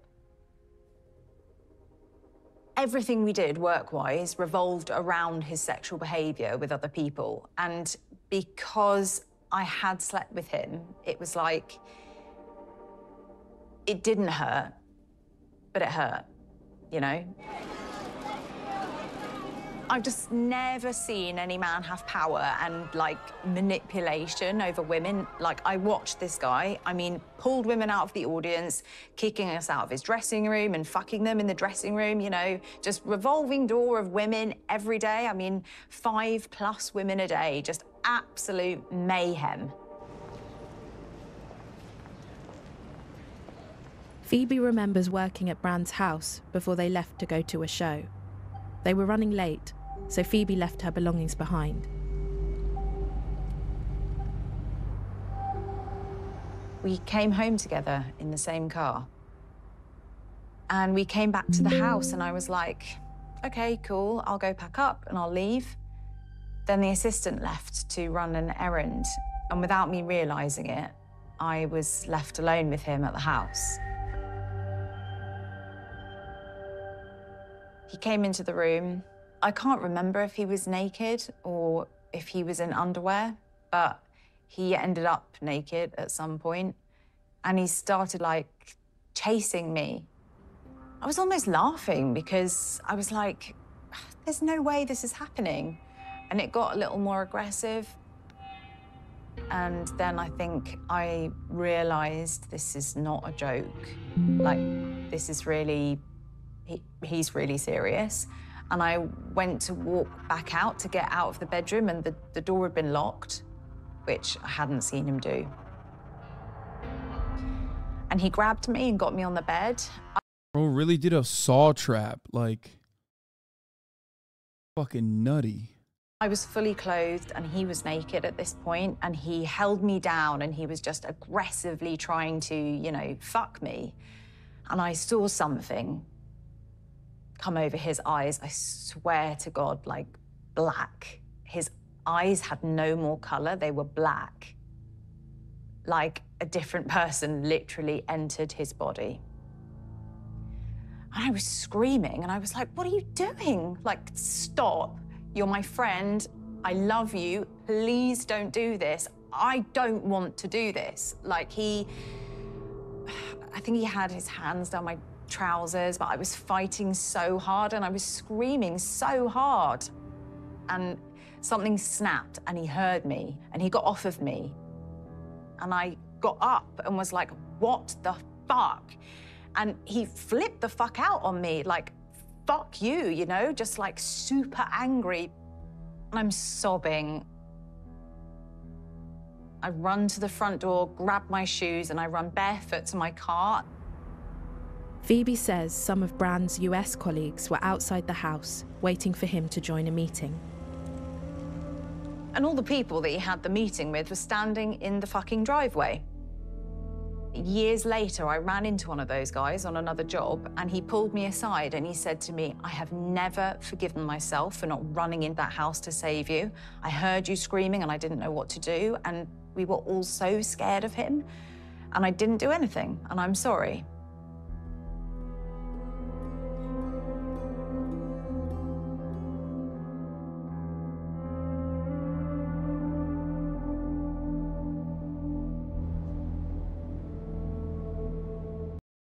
I really think it's worth people realizing that when most people get canceled, it's not an Aziz Ansari situation of poor communication and potential creepiness, but genuine, cruel, and disgusting behavior over the course of an extended period of time, oftentimes with like criminal implications that come after these investigations are concluded. But also, the other part of the story is that, like, I don't even know if this guy will get fucking quote unquote canceled because he's mostly independent at that point, at this point, sorry. And not only that, but he's also like nestled comfortably in the bosom of like far right conspiracy and misinformation trafficking. So you already fucking have him, like, you have Elon Musk defending him. You had like someone on Twitter said the rape vengers came out of the gates swinging for him, like Elon Musk, fucking Andrew Tate, and so many other people immediately were just like, nah, he's a good guy, he's a good guy, he's a good guy. YouTube demonetized them, but ultimately there's always going to be people who defend people like this. Now, part of that is because like a lot of people have developed parasocial relationships with the man. Matt Walsh and Ben Shapiro and all of them also defended him as well, of course. Part of it is because like he is an anti-vaxxer. Like that is huge, you know? When you're a fucking anti-vaxxer, these people, who would have thought?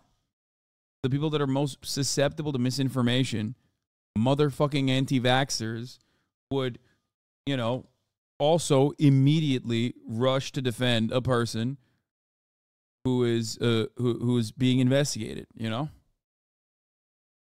There's also another like deep well of like recovering addicts that like him because of all of his work in recovery and what he talked about. You know? I then start receiving phone calls from Russell. He's so apologetic. Oh my God, I'm so sorry. Please, please, please, please forgive me. I didn't mean to. A few days after the incident, Phoebe says she had to return to set. She thinks Brand found out she'd told a friend about her alleged assault. I remember Russell getting me towards the bathroom. I always thought his heel turn was odd. Because Russell Brand, despite being like kind of weird and a crystal mommy and like looking smelly, oftentimes had moments of clarity, especially as it pertained to, I don't know, media, imperialism, socialism. Like a quote that I oftentimes repeat about when I was poor and I defended socialism. People said I was jealous. When I was rich, I advocated for the poor. People said I was a hypocrite. After a certain point, I realized that they just didn't want me defending the poor. That is a Russell Brand quote. He was, I believe, homies with Mark Fisher too. And it's really interesting that, you know, he just like unceremoniously did this like weird ass fucking heel turn right around the time when these investigations started. I love when people come in and go, "You were poor." Like that's your takeaway from this quote. Mark Fisher wrote Exiting the Vampire Castle about him, I think, before all these allegations.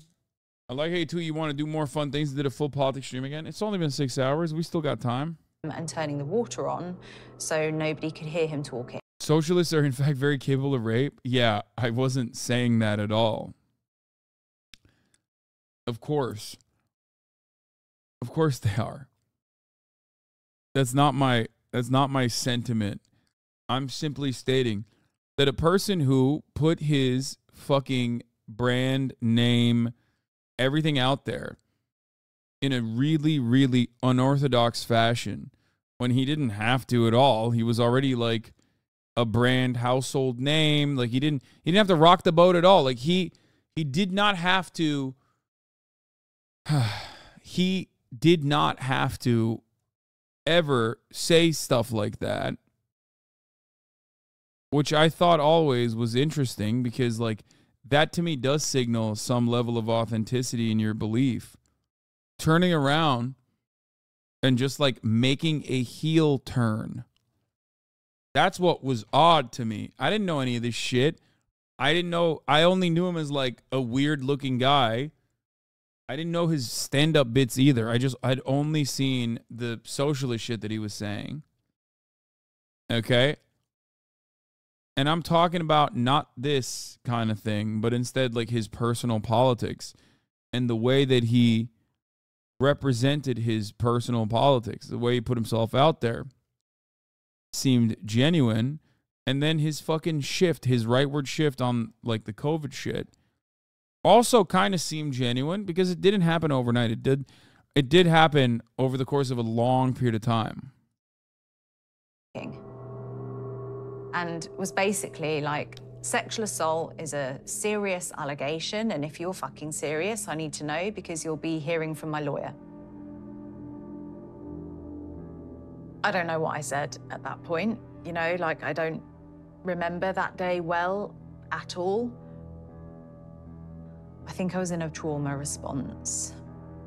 I don't know if I just completely disassociated from what was happening. I mean, it was really tough. He was a member of Alcoholics Anonymous.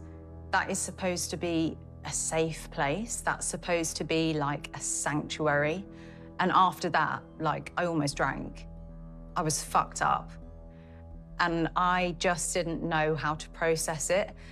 I felt like I had nowhere to go. I didn't feel safe. It felt like I couldn't go to meetings.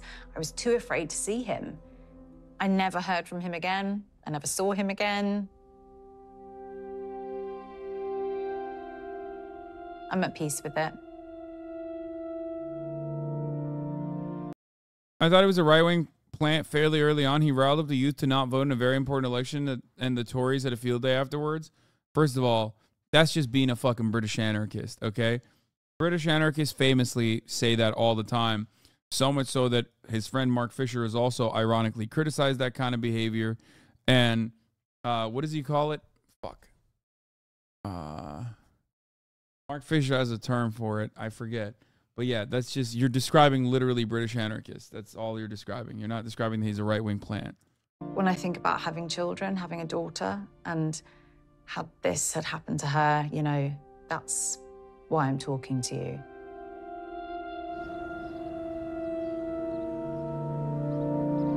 Not Vampire Castle. A year later, for the first time, a sexual allegation about Brand is made public.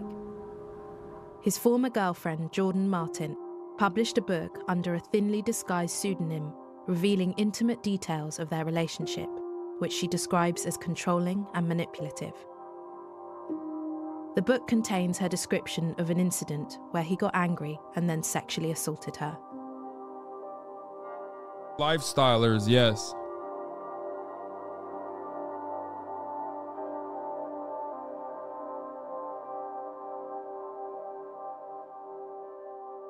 Jordan also told her story to the Mail on Sunday, but when the newspaper printed, the reference to the assault had been removed. She says she believes the newspaper was asked to take out the line.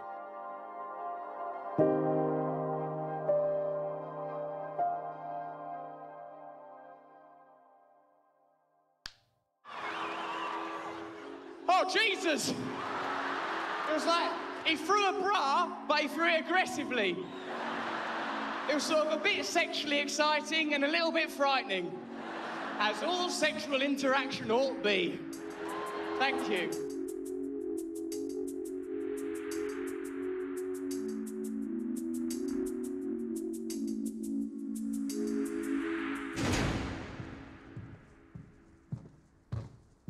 Daniel Sloss is an established name in comedy and has been performing since 2007.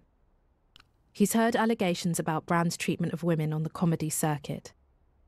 This is scary. This is intimidating. And if I'm scared of this, and there's almost no consequences to me, what do people who have suffered and been subject to his alleged behaviours, how must they feel? I could not say something. So from the second I started, he was a big name. Big household name. Everyone in the UK knows who he is. If you were a comedian and you got to gig with him, that would be you gigging with, you know, a celebrity. There were many TikTok, stories. yeah. It wasn't just coming from one person or one group of people. You know, it was different incidents over different years and of varying degrees of severity. All right. I'm stood in artist bars with channel commissioners, and I'm hearing these allegations and these rumours about Russell in the same room that these people are in. And then later on, he would be in a movie, he would be on a television show, he would be hosting something. He was still being employed. I know that there are groups set up by female comedians where they warn each other of comedians and agents, people in the industry, who to avoid. And I know for many, many years that women have been warning each other about Russell.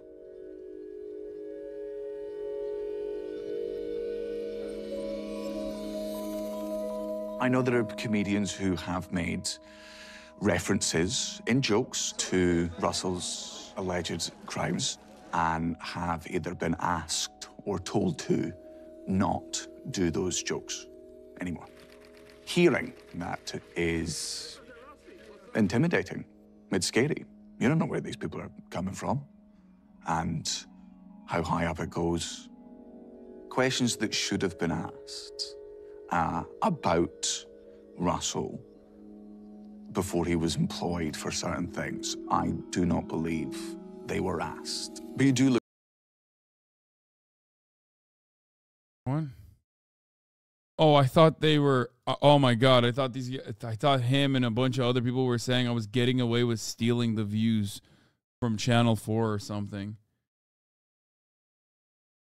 Look at people who are in higher positions of authority in this industry and think to yourself. In Phoebe's story, it doesn't seem like he raped her. He just tried to do it and she resisted. Yeah, that's still attempted. You know what I mean? And it's still definitely traumatic. Yes, there are instances where he's like, there are instances where he certainly was attempting and failing to sexually assault someone.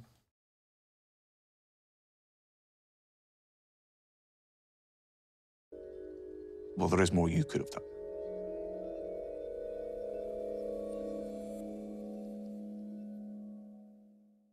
Yeah, so I talked about the Canada-India thing. Some people come to escape. Chatters. I talked about the Canada-India thing extensively with India and HasanAbi as well. Firefighters, much that Russell probably Pay says, their pensions but- then, love. Well, we can come to that. Excuse the sexist language, I'm We working can on come to that. One of the things that people really don't like is men talking over women on these types of shows and our voices not being heard. And it's a classic. Alice, who alleges she'd been sexually assaulted by Brand 8 years earlier when she was 16, now had a career in television and was working for Channel 4. What the fuck? Yo! Oh, shit! There was a meeting that I was sat in, and it was with a production company and group of commissioning editors. There were discussions about a show that was going to happen and who the presenter was going to be. And it looked like the most likely candidate was going to be Russell. That's crazy. Okay, that's a fucking plot twist, dude. This documentary has literal fucking plot twists in it. There were a couple of people in the room that raised concerns about him because it came to light that there'd been previous situations where he'd been inappropriate with staff members. The solution that was offered was that we would take the female staff off the crew, and then if there were women there... What's the freak out about, though? Ben Shapiro said that's legal in the UK, so no problem, right? You're joking, right? You're joking, right? I mean, first of all, we're in America, so Ben Shapiro and Matt Walsh, who routinely talk about fucking people grooming. Oh, okay, you're joking. Okay, good. Because Ben Shapiro and Matt Walsh talk about grooming all the time. Like, people are grooming our children. People are grooming our children. And then, like, when you have a situation where, like, a dude literally fucking groomed a 16-year-old, they're like, oh, no, but that was cool.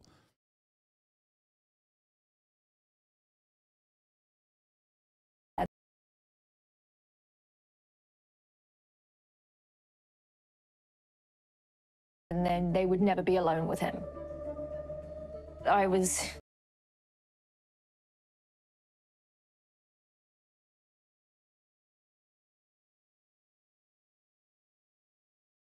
in disbelief. Alice says one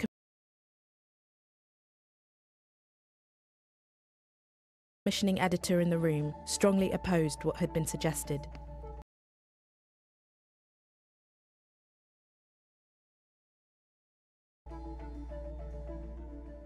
Brand wasn't hired as a presenter on a Channel 4 show in 2014.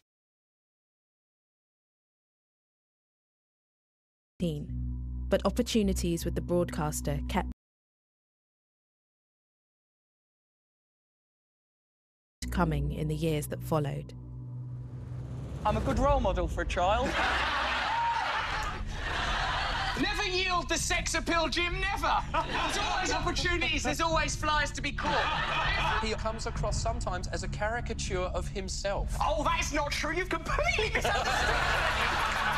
So you've got this great big vagina, and this... That's it, Prue. And this... That's why I came on this show. And he also appeared on other channels. You aren't allowed, you're enabled to Enabled is a good word. Yes, I suppose if you're in a position of some success, people will let you be a nutter as long as they're making money out of it. When you look back at that promiscuous lifestyle, do you think, does that appall you? Do you think, God, I was disgusting? Do you look at your daughter now and think, I hope she never meets Russell Brand when she grows up? Don't get so worked up. I don't think there's anything wrong with having a promiscuous lifestyle. What the fuck? As long as you don't violate the boundaries of consent. Like, I don't, the one aspect of this entire documentary that's like been a little weird to me specifically has always been that they basically tailor footage and splice in footage of like things that do not violate the boundaries of consent, or talking about certain things that or even like talking about how promiscuous he was, and then basically using that as like a reinforcement to be like, well, look, he's a rapist, right? Like, I mean, look at this. And it's like, that is where I'm like, well, it's really good. It's a really good investigation overall, but That's not how that works. You know what I mean? This man was a predator and they're very good at showing this. No, I agree. I just don't like when, you know, I just don't like when people conflate the two, because it's like, that is not appropriate. It relies a little bit on puritanical perspectives. It relies a bit on puritanical perspectives when making an argument that is already like airtight. You know what I mean? But I mean, ultimately, it's like a very, it's a very tiny part of it. It's not that big of a deal. I don't find it to be like that big of a problem, but I am aware of it. You know what I mean? Because I feel like a lot of people that watch this,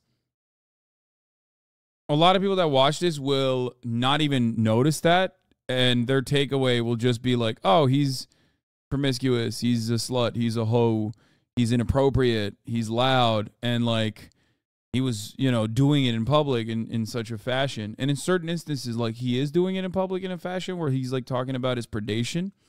But in other circumstances like this one, like, are you afraid of, you know, are you sad that you had a promiscuous past? And it's like, at that point, the person who's asking that question is not like aware that he's a fucking rapist. You know what I mean?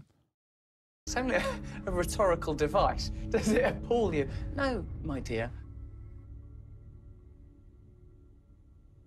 In 2020, Alice contacted Brand's literary agents to tell them about her experience with him when she was 16 years old. I phoned the officers and I asked to speak to his agent. Somebody asked what it was regarding, and I said, that's regarding Russell Brand being a sex offender. I was put straight through. I said, I want you to be aware of what your client does. But I was told, okay, well, he's away at a wellness retreat at the moment. I'll contact him and we'll have another phone. I noticed it too. It's almost like they want to paint him as an addict rather than a genuine predator. Well, I mean, I feel like that also does a disservice to people who aren't predators but are you know, sex addicts or whatever, right? I mean, that or drug addicts or addicted to alcohol, things of that nature. It's like,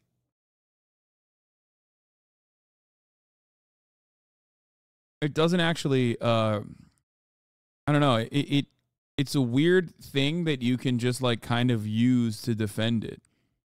To be like, oh, I was very open about my sex addiction. Like, you can say something like that to just literally be like, oh, I was just a sex addict, as you can see in this fucking documentary. And it's just my sex addiction that took over. And in certain moments, I was just like completely oblivious to what I was doing.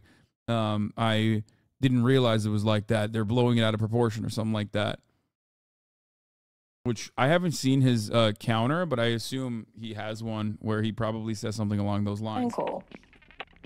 His lawyer emailed me, was very aggressive, said very clearly that I was after money, implied that it was almost blackmail, what I was doing.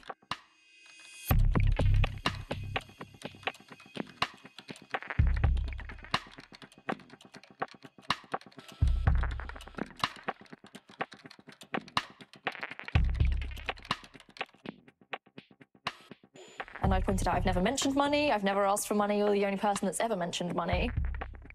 That was how that communication ended. Over recent years, Russell Brand has stepped away from mainstream television and gathered over 28 million followers across his social media platforms. One breath per charm. Online, Brand discusses conspiracy theories and often takes aim at the mainstream media.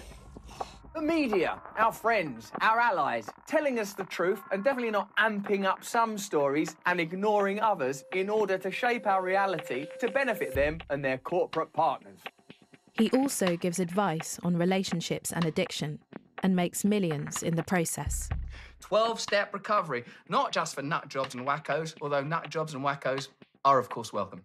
If you're having a lot of one-night stands, I think, like, as long as everything's consensual and no one's being hurt, not you or the other person, what does it matter? Offline, Brand immerses himself in groups which support vulnerable women. In July of this year, he hosted a wellness festival, with most of the proceeds going to women-only addiction charities.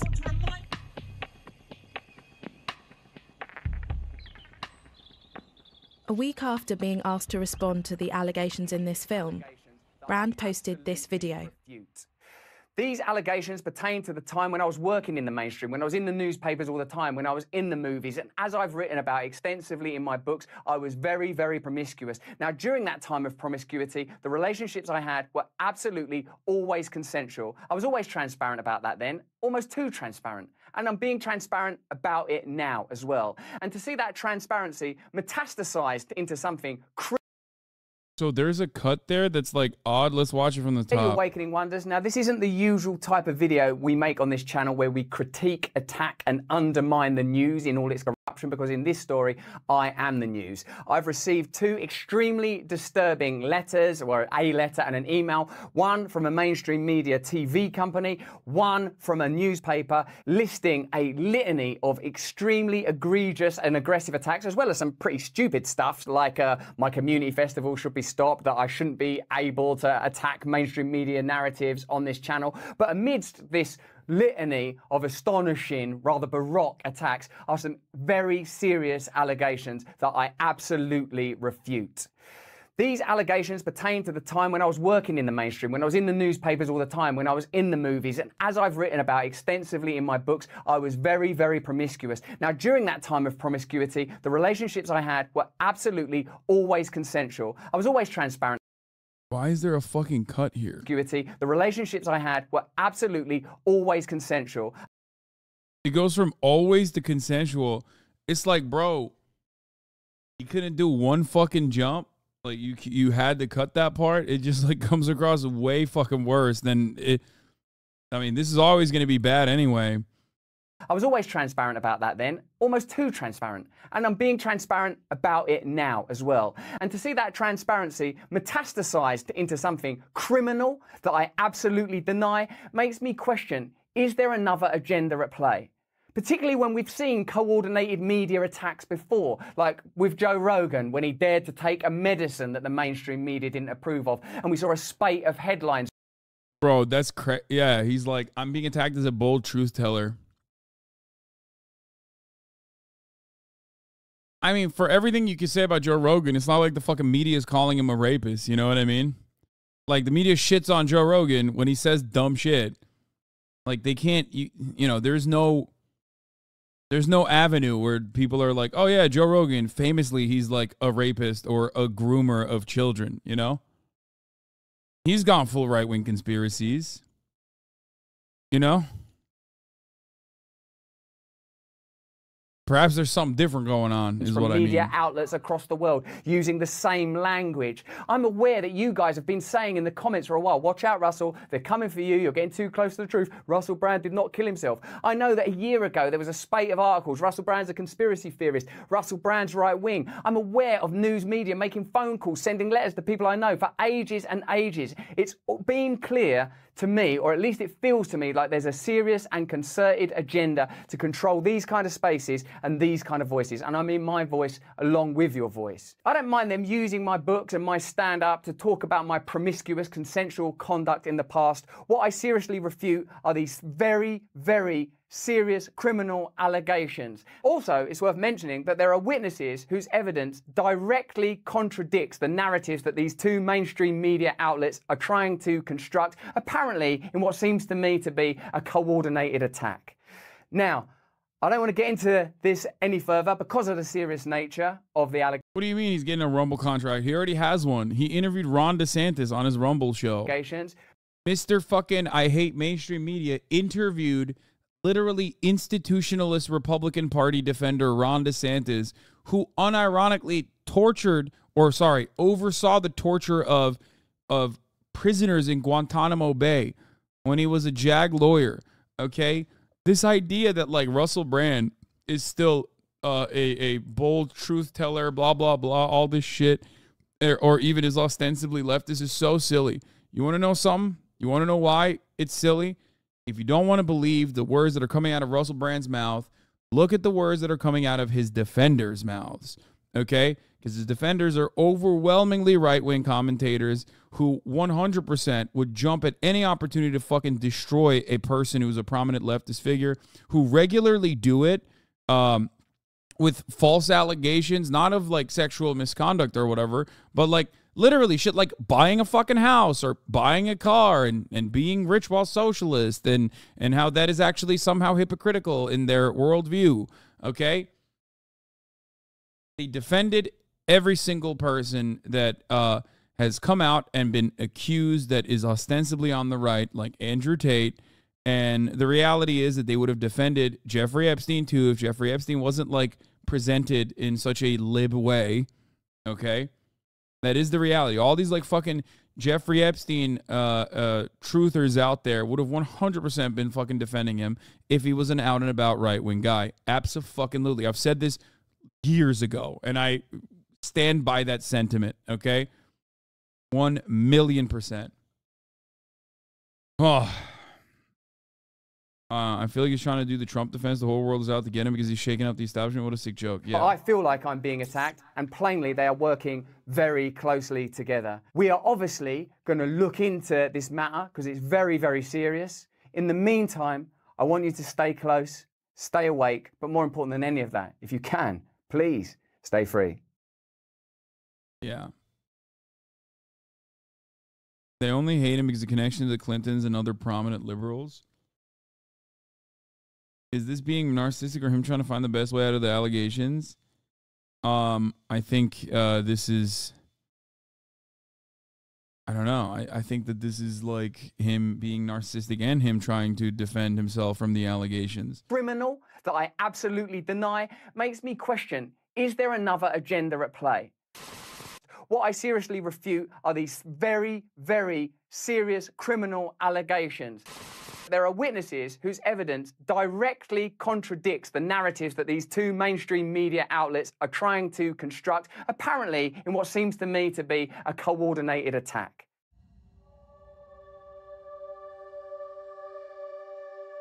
Well, how is he a hog vegan crystal mom? There's a lot of crystal moms and who are it hog triggers me. vegans. It hurts me.